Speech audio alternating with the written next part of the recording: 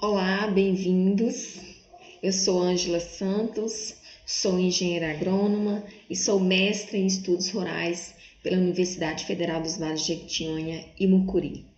Hoje a nossa temática é sobre agricultura familiar e eu vou apresentar para vocês a trajetória brasileira de construção e de legitimação da agricultura familiar. Para início da nossa conversa, eu trouxe aqui 3 questionamentos que vão nortear aqui a minha fala. E no decorrer da apresentação, nós vamos tentar dar respostas, né? Eu vou tentar trazer respostas para esses questionamentos. Então, o primeiro deles é o que é agricultura familiar? Então, nós vamos entender qual o conceito de agricultura familiar. Na visão de diferentes autores, na visão da institucional, né, na lei de agricultura familiar. E um outro questionamento é como surgiu essa categoria, como surgiu a agricultura familiar. Que atores importantes nós temos aí nessa trajetória de luta que culminou no reconhecimento e construção da agricultura familiar. E outro questionamento, e último, é qual é a importância da agricultura familiar no cenário agrícola brasileiro. Para o início aqui da minha fala, eu vou chamar a atenção para esse ponto, esse termo, que foi um termo construído por Monteiro Lobato e atribuído ao trabalhador do campo, que é o termo Jeca Tatu. Então, nós vamos tentar, para o início da nossa conversa, desconstruir essa concepção que muitos têm de que o agricultor, o trabalhador do campo, ele é o Jeca Tatu. Ele é aquele ser inferior, ridicularizado, estereotipado. Nós vamos desconstruir essa imagem do Jeca Tatu, que foi construída por Monteiro Lobato e foi disseminada, e a gente ainda vê isso muito forte hoje. Volta e meia a gente vê, fulano veio assim todo jeca, todo da roça, né? O termo, ele remete a essa inferiorização do sujeito do campo. Então, o sujeito do campo, o trabalhador do campo, ele não é o Jeca Tatu, ele não é esse ser inferior, ridicularizado, construído aí por Monteiro Lobato. É claro que depois ele se retratou, né? Mas autores aí dizem que o sítio do Pica-Pau Amarelo, inclusive, foi feito por ele como forma de se retratar com esse sujeito do campo, mas mais na frente a gente vai entender por que ele construiu esse personagem, porque toda essa indignação dele com o sujeito do campo, o trabalhador, dono da pequena propriedade, que trabalhava para o sustento ali da sua família, produzindo para o sustento da sua família. Então, nós vamos desconstruir essa concepção. Outro ponto que eu vou chamar a atenção aqui é para a ideia de que a agricultura familiar e agronegócio são antagônicos, que eles são incompatíveis, são inconciliáveis.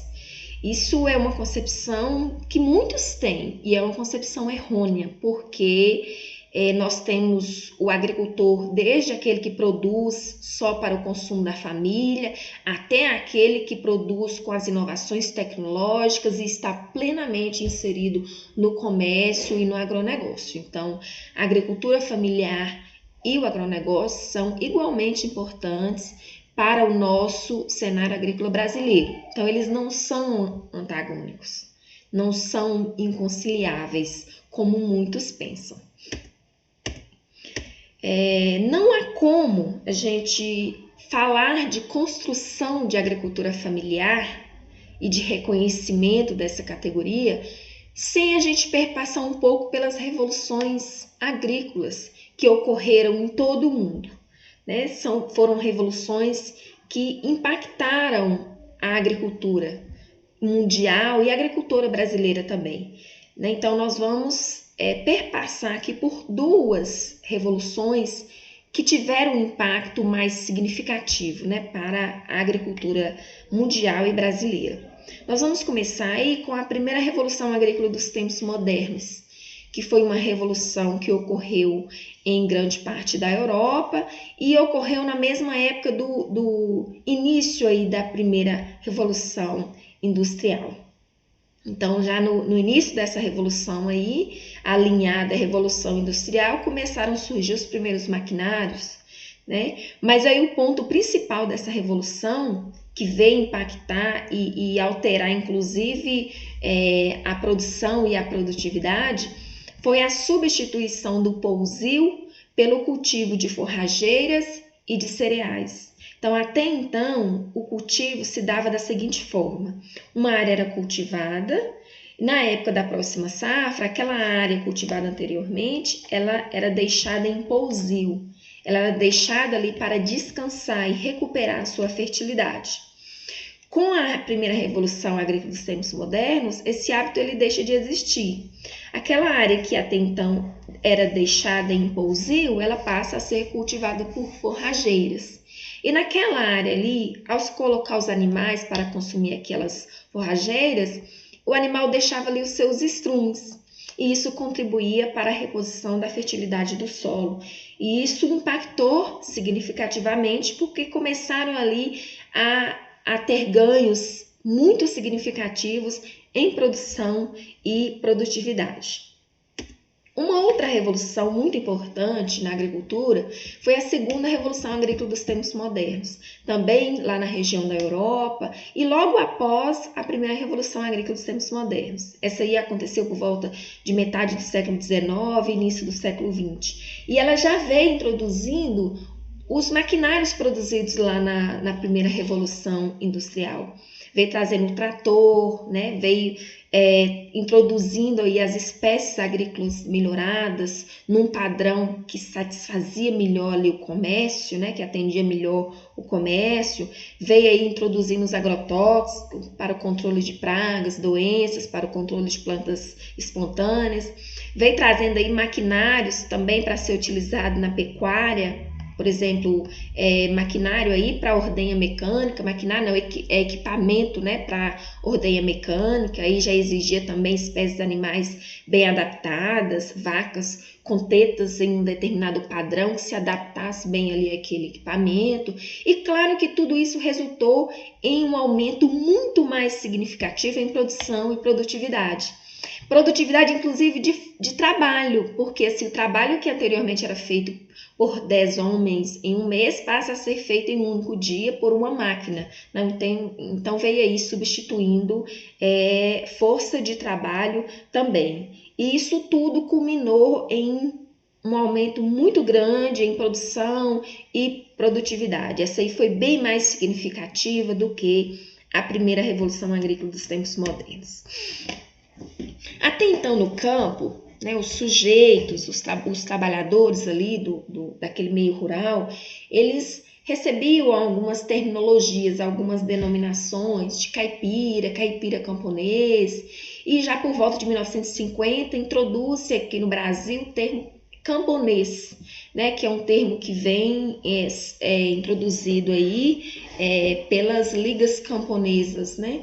E o caipira, um termo que surgiu por volta do século XVI ao século XVIII no interior de São Paulo, para dar nome ali àquela sociedade que se formava da junção ali do indígena e do português, né? Isso é um termo que Cândido trata aí nos seus livros. E o outro termo é o caipira camponês, que Brandão trata no livro Caipiras de São Paulo. É aquele trabalhador do campo, cativo da terra, sem se subalternar aos patrões, mas que está ali numa relação direta, trabalhando cativamente na terra e que não tem tempo nem de cuidar de si próprio.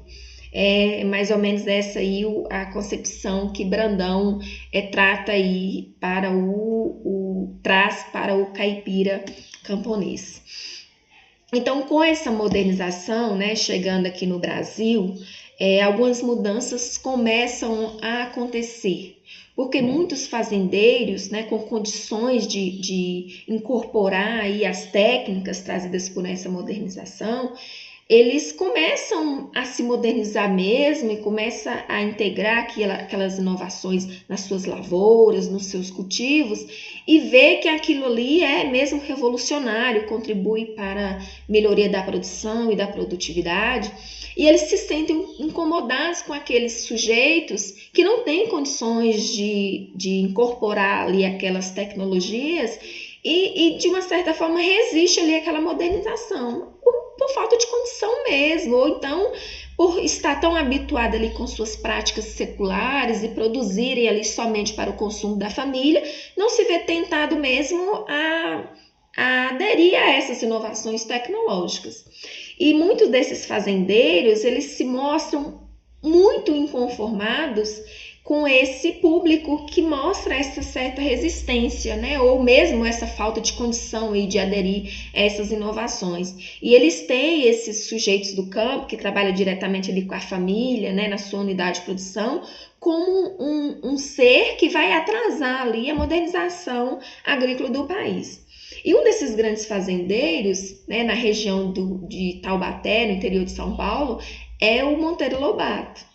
E nessa época aí dessa modernização chega no Brasil e ele, né, inconformado com a resistência desse trabalhador do campo, né, sem conseguir incorporar essas modernizações, ele se mostra extremamente inconformado e cria aí a imagem do Jeca Tatu para inferiorizar esse ser e tratar esse sujeito como o sujeito que está atrasando a modernização agrícola do país como um todo.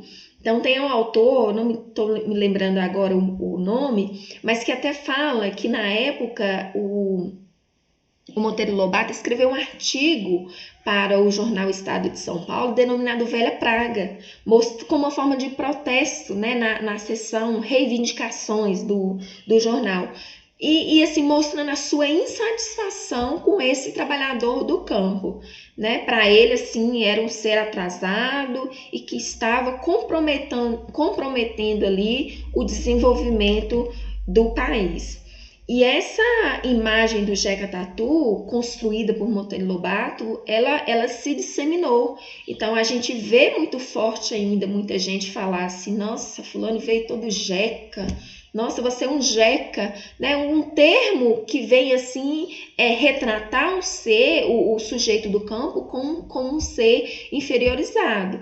E não é essa a verdade, assim, o trabalhador do campo, né? Ele é um sujeito com seu modo de vida, com seu jeito de trabalhar a terra, com suas impossibilidades, alguns, né, de conseguir aderir às inovações tecnológicas, mas ele não é esse ser ridicularizado que o Monteiro Lobato construiu, ele não é o Jeca Tatu. E outro ponto que faz com que a gente veja isso ainda muito forte é no período, por exemplo, de São João, nas quadrilhas, a gente vê o caipira, né, a fantasia do caipira, esse caipira caricaturizado, né? Assim, uma caricatura mesmo, aquele ser ridicularizado, maltrapilho, sem dentes, né? Bem maltrajado mesmo. Então, esse ainda é o retrato dessa construção aí de Monteiro Lobato, nessa construção do personagem do Jeca Tatu. Então, nós precisamos desconstruir essa concepção de que o sujeito do campo é aquele maltrapilho. Não é essa imagem, né? Quem é do contexto rural aí, como eu, sabe que o sujeito do campo, ele não é esse ser ridicularizado, inferior, né, maltrapilho. Ele tem as suas qualidades, ele tem o seu modo de vida e que não é nada disso aí. Então, após a Segunda Guerra Mundial, né, com o discurso de que era preciso produzir alimentos para combater a fome, né, aí são disseminadas aí em todo o mundo as políticas de crédito, né, para incentivar os agricultores a se inovarem, a adquirir as tecnologias aí da modernização. Né, principalmente as da segunda revolução agrícola, né, que foram os maquinários, os defensivos, as espécies melhoradas. E por volta de 1950, esse processo ele é disseminado, né, essa modernização ela é disseminada por todo o mundo, vindo da Europa para todo o mundo, como Revolução Verde. Então, essas políticas, elas vêm aí incentivar a adoção das técnicas e das inovações dessa Revolução Verde. Só que essa Revolução Verde, ela vem muito em favor das grandes propriedades monoculturas. Ela incentivava os agricultores a produzir em larga escala, né? E as políticas de crédito, elas eram também acessíveis somente aos grandes proprietários. E o Graziano Neto, ele até denomina essa modernização, essa Revolução Verde, como a modernização dolorosa, né, uma modernização conservadora, porque a gente tem no nosso país um histórico aí de uma intensa concentração fundiária, né, desde a nossa colonização, porque a nossa colonização se deu no tripé monocultura, latifúndios e trabalho escravo. Então, a gente já tem um processo histórico de concentração fundiária intensa. Então, já que era para se promover uma revolução, né, e se ela tivesse a intenção de ser unânime, acessível a todos os trabalhadores do campo, ela teria que mexer, inclusive, nessa estrutura aí, porque ela veio concentrando ainda mais, ela veio favorecendo aquele grande proprietário em detrimento do pequeno proprietário, né? O grande, ele teve condição de se modernizar, ele tinha ali garantias, ele tinha suporte ali para atender às exigências das linhas de crédito, por exemplo, né? E conseguir solicitar essas linhas de crédito, que muitos pequenos proprietários não tiveram condição, porque as linhas de crédito exigia garantias, né, e alguns outros requisitos que impossibilitaram desse pequeno proprietário conseguir, né, solicitar esse crédito. Então, ficaram muito distantes aí dessa revolução, né, dessa modernização conservadora, as pequenas propriedades, aquelas que o dono trabalhava juntamente com a família para produzir alimento para o consumo dessa família, né? E para o contexto aqui do Vale do Jequitinhonha, o Ribeiro e colaboradores tratam em um dos seus artigos de que as linhas de crédito que chegavam aqui para incentivar, inclusive, aí essa modernização do campo, elas ficaram muito distantes dos pequenos proprietários, exatamente por essa ideia de que, assim, crédito exigia garantias, exigia ali uma mudança de técnicas ali naquela propriedade. E aquele pequeno trabalhador, né, dono daquela pequena propriedade, ele não teve condição de solicitar e se beneficiar dessas linhas de crédito. Então, essa modernização da agricultura, ela veio numa concepção assim de inovação, né, de importação dessas tecnologias. Então, a ideia era de que todos os trabalhadores do campo se modernizassem, né? E o que não foi o que aconteceu. Então, muitos tiveram a concepção de que aquelas propriedades que não se modernizassem, que não aderissem à revolução, que tenderia a se desaparecer, né? Uma concepção que Lenin e Kautsky tiveram para uma realidade lá da Alemanha e da Rússia, numa ocasião em que o capitalismo chegava no campo. Então, essa concepção eles tiveram lá, né? De que se o trabalhador, dono da pequena propriedade, não se modernizasse, ele tenderia a se tornar um operário ali da grande propriedade, né? Ele se assalariaria ali na grande propriedade, porque haveria aí a polarização entre patrões e empregados. E a concepção desses estudiosos lá, ela foi importada aqui para o Brasil também. Então, a ideia era de que todos ali se modernizassem e os que se não modernizassem se desapareceria. Muitas propriedades não se modernizaram, né? Muitos trabalhadores resistiram ali com seu modo de vida, com seu modo de trabalhar a terra, trabalhando ali para o sustento da família. E muitos movimentos sociais e outros atores, eles entram aí na luta por esses sujeitos do campo, que ficaram ali às margens desse processo de modernização.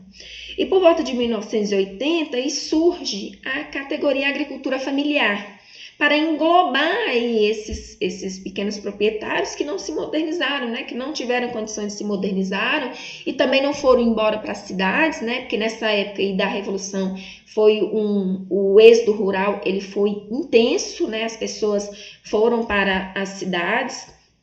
Então, esses trabalhadores, eles resistiram ali no campo, com o seu modo de vida, com o seu modo de trabalho, e essa agricultura familiar, esse termo, ele veio para dar nome a esses sujeitos. E nessa mesma época, né, junto com a categoria agricultura familiar, surge o termo agricultor familiar. Mais uma terminologia para aquele camponês, aquele caipira camponês. Porque aquela identidade que o trabalhador tinha até então, né, com o seu modo de vida, ela não desapareceu. Então, o Vanderlei até defende assim, que não houve a introdução de um personagem novo aí com a agricultura familiar e o termo agricultor familiar. Né? Porque assim, o agricultor familiar, ele é uma continuidade do caipira, do camponês. Veio mais uma terminologia, mais uma denominação para esse trabalhador do campo. Para a construção dessa categoria agricultura familiar, foi um período longo de lutas, né, e muitos conflitos. E nós temos aí atores com contribuições importantes na vertente acadêmica, na vertente social e na vertente política. Na vertente acadêmica, a gente tem trabalhos muito importantes que vieram trazendo um olhar positivo para a agricultura familiar. Até então, os trabalhos tratavam da agricultura familiar de forma muito negativa. E as contribuições nessa vertente acadêmica, né, os atores importantes aí nessa vertente acadêmica, eles vieram com trabalhos trazendo um olhar positivo, com características positivas da agricultura familiar. E a gente tem aí com destaque, né, para os autores Graziano Silva, Ângela Kageyama e Sônia Bergamasco, o Eli da Veiga, o Ricardo Abramovay, a Vanderlei, né, e dentre outros, que tiveram essa capacidade de enxergar esse olhar positivo, né? de ter esse olhar positivo para a agricultura familiar e ressaltar ali as suas vantagens. E com isso, vários outros trabalhos também passam a mudar o seu enfoque, né? Aqueles que tratavam de forma negativa passam também a ver a agricultura familiar de forma positiva, como preservadora do meio ambiente, produtora de alimentos, dentre outros. Adjetivos positivos. Uma outra contribuição que a gente tem importante, né, na construção aí da agricultura familiar é a vertente social.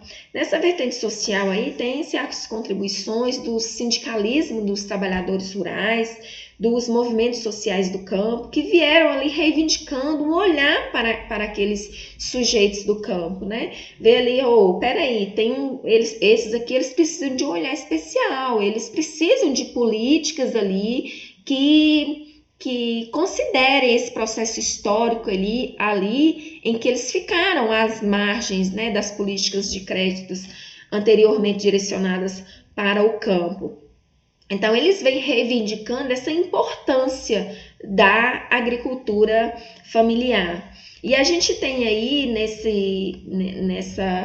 dentro dessa vertente, a criação da FETRAF, né, a Federação de Trabalhadores na Agricultura Familiar. Surge aí essa entidade específica para representar a agricultura familiar. E tem também a CONTAG, né, passando a fazer uso do termo agricultura familiar. CONTAG é a Confederação dos Trabalhadores na Agricultura.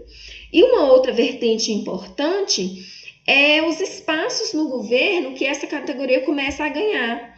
O governo começa a direcionar algumas ações aí para essa categoria, né? E, por exemplo, políticas públicas, né? Aí vem a primeira política pública para a agricultura familiar por volta de 1996, que é o PRONAF, direcionado especificamente para a agricultura familiar.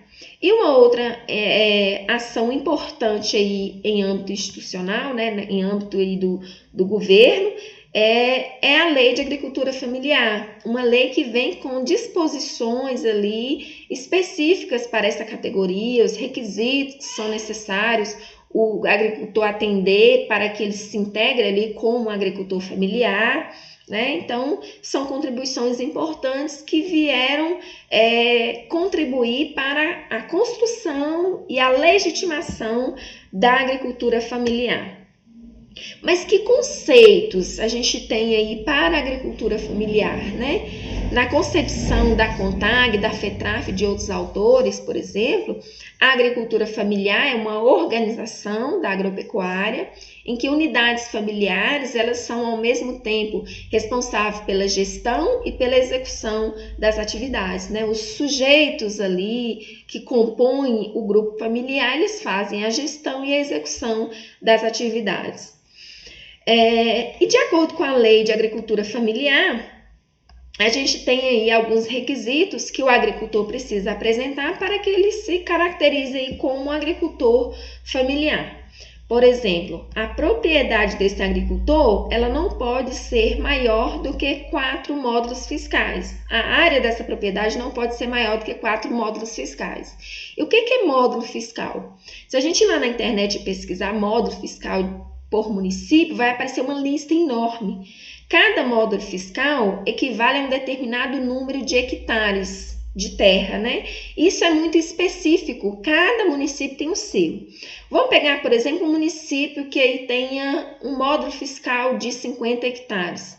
Então, esse agricultor que está nesse município que tem um módulo fiscal de 50 hectares, ele pode ter uma área, né, uma propriedade com uma área de até 200 hectares. Um outro requisito que esse agricultor deve atender para que ele se integre como agricultor familiar é que pelo menos metade do trabalho desenvolvido naquela propriedade dele seja da família. Outro ponto é que pelo menos 50% da renda ali venha das atividades agrícolas desenvolvidas na propriedade.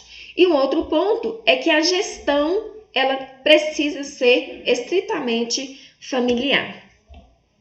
Essa agricultura familiar, né, mesmo antes dela ser reconhecida enquanto categoria de produção agrícola, ela já tinha aí no cenário agrícola brasileiro e até mundial uma participação muito expressiva no cenário agrícola, né? Por exemplo, no estado de Minas Gerais, já na década de 60, a Maria Isaura de Queiroz, ela traz no seu artigo Agricultura Familiar, uma categoria esquecida de análise, ela traz dados, né, argumentos que diz que a produção que aparecia nos dados nessa época alimentava somente 53% da população do estado. E o restante da população comia o quê? Comia o que vinha da produção de base familiar. Nessa época nem tinha ainda o termo agricultura familiar, né? Mas já existia ali aquelas unidades que trabalhavam ali para o consumo da família.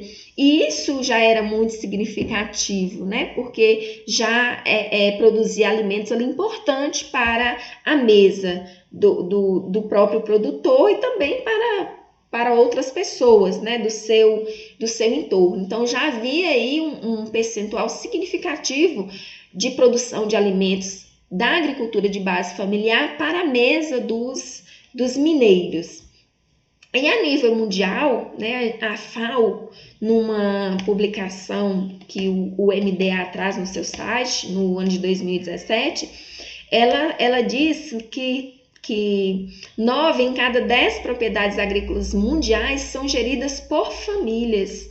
Então, assim, há uma predominância de propriedades agrícolas de base familiar, né, com essa característica de agricultura familiar também a nível mundial. E outra característica muito importante aí da agricultura familiar é que ela é base econômica da maioria dos pequenos municípios, aqueles municípios com até 20 mil habitantes. Então, essa expressão da agricultura familiar, ela é importante também quando a gente observa o número de estabelecimentos agropecuários do Brasil.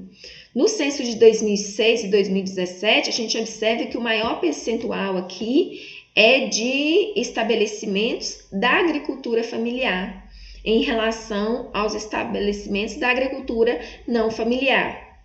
Eu chamo a atenção aqui para o censo de 2006, em relação ao censo de 2017, em que o censo de 2006 ele apresentava um percentual bem maior de estabelecimentos da agricultura familiar. E para o censo de 2017, esse percentual ele caiu um pouco. Isso conforme os argumentos, né, que estão disponíveis, inclusive lá no site do IBGE, né, no Censo Agropecuário, a interpretação é que muitos dos agricultores estão buscando outros postos de trabalho e com isso eles estão perdendo aí a condição de agricultor familiar, porque está ferindo aquele percentual que eu falei lá da lei de agricultura familiar, de que pelo menos 50% da mão de obra ali nas atividades precisa ser da família. Então, a partir do momento que não tem mais esse percentual, o agricultor ele perde essa condição aí de agricultor familiar. E um outro argumento que também está lá no site é de que a população do campo está envelhecendo e não está sendo reposta. Ou seja, o filho do agricultor familiar, o neto do agricultor familiar, ele não está, por exemplo, dando continuidade a essas atividades aí, né, no campo. Outros dados aí que mostram a importância da agricultura familiar no cenário agrícola brasileiro é quando a gente vê aí os dados do censo também, esses são dados já do censo de 2017, que mostra que no caso das culturas permanentes, né, 48% da produção de café e de banana vem da agricultura familiar. Ou seja, há uma participação importante aí da agricultura familiar na produção de alimentos que são importantes para a nossa mesa. E no caso das culturas temporárias, 80% da produção de mandioca vem da agricultura familiar também. 69% da produção de abacaxi também vem da agricultura familiar.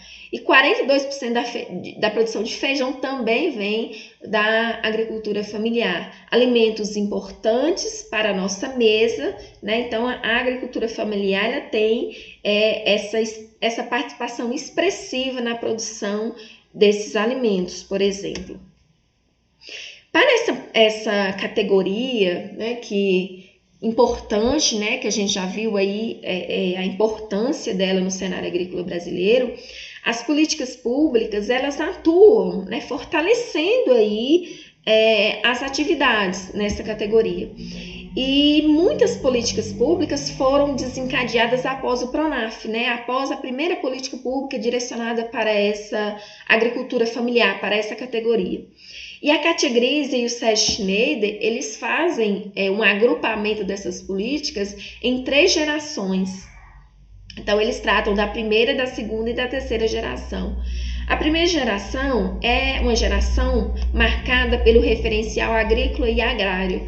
E como principal política dessa primeira geração, a gente tem o PRONAF, que é uma política que vem mais numa perspectiva desenvolvimentista, ela vem mais no sentido de inserir o trabalhador no comércio, né? Ou seja, vamos ali dar crédito para esse agricultor, porque aí ele vai passar a produzir mais e ele vai ter condição de comercializar.